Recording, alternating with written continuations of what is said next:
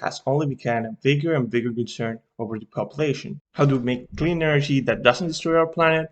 And how do we make enough of it to give it to all the population? With the war in Ukraine, countries like Germany had to turn to their enemies in order to buy gas to produce more energy, since they couldn't produce enough for their population. But what if I told you that we already have a way of creating energy in a clean way and that it's enough for everyone? And I'm talking about nuclear energy, but let me tell you that you have been lied to, like a lot. And nuclear energy is not only the second cleanest energy, but also the one that least death produces, only beaten by solar energy. And it is also of the clean energies, the one that by far is the most viable to produce energy. How does nuclear energy, the one that produces radiation, the green gooey stuff that I don't like, the one that produces less death by contamination than wind energy? It's actually quite simple. We just know how to start. We're kind of smart about it, and we made protocols to make sure that no one gets hurt when dealing with nuclear waste. In 1979, at the 3 Mile nuclear power plant, happened what is, up until this day, the biggest nuclear incident in the history of the United States of America. One of the chambers was destroyed, releasing radiated gas, which got the whole population of the United States on panic. They didn't know what could happen with this gas, how many people it would kill, and how many people had died at the power plant. Well, let me give you some statistics. If we look at the death that day in the power plant, no one died because of that radiation. You may be thinking, well, maybe no one died that day, but that definitely had severe effects in the health of the people of the area throughout the later years. If you look at the deaths that could have been caused by radiation, they're not bigger than the average worldwide. In fact, some statistics were smaller. Does this mean that they were actually killed by the radiation? No, it's just statistical error. But it does mean that no one, a single person died because of that day. Not even the years and years that had passed after this. So if the wastes aren't a problem because we know how to handle them, and the accidents are also not a problem, how did things like Chernobyl happen? Well, that's simple. How my friend used to tell me, the communists are stupid. And in this case, he was right. First of all, this reactor was rushed. It had lots of errors, and it barely had any contingency plans if something went wrong.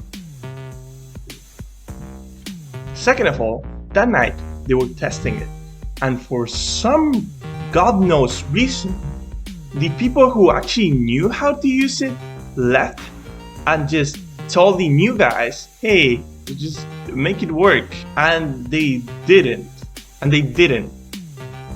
So there was an error in the designing part, there was an error in the building part, and there was an error in the running part. Those three things had to go wrong in order for the nuclear plant to explode like it did. Of course, nowadays it had long-lasting effects, but we cannot rule out nuclear energy just because this huge mistake.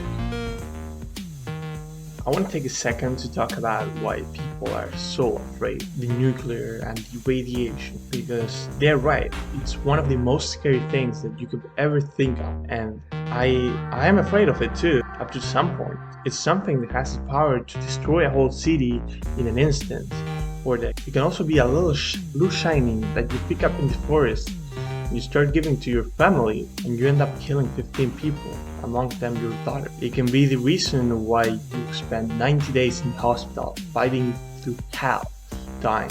The nuclear and the radiation are not like a gun. They are not made for killing people. That's only the bombs. The nuclear and the radiation are like fire. They can burn your house. They can harm people, and if you touch it, you're probably gonna get hurt. But if you handle it properly, you're gonna make yourself a good meal. You're able to cook, you're able to warm yourself, you can use it to do good. And the fire is considered one of the greatest discoveries in human history. So why are we so afraid of radiation? I believe this fear is the reason why radiation is not gonna be harmful. So is this exact fear of the nuclear bomb what leads us to the peace we have today? Humanity have it's something that is properly managed.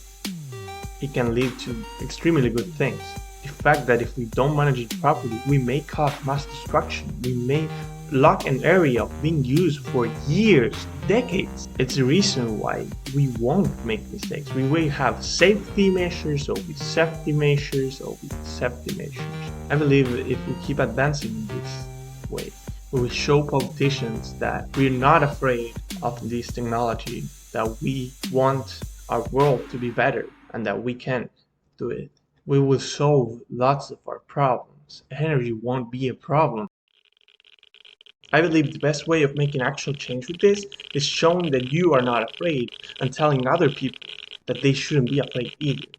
That this is a way of solving so many of our current world problems. That's why to show that we aren't afraid, that we can handle this, and that we trust humanity in this regards. I made a change.org petition. It's gonna be down here in the description for you to be able to sign and maybe let some other people know that this fear comes from the past, for a time where we didn't know what was going on, where we were going to blow up a bomb without knowing how much would explode, or even if it was going to destroy the world. Now we know. Now we have so many more certainties.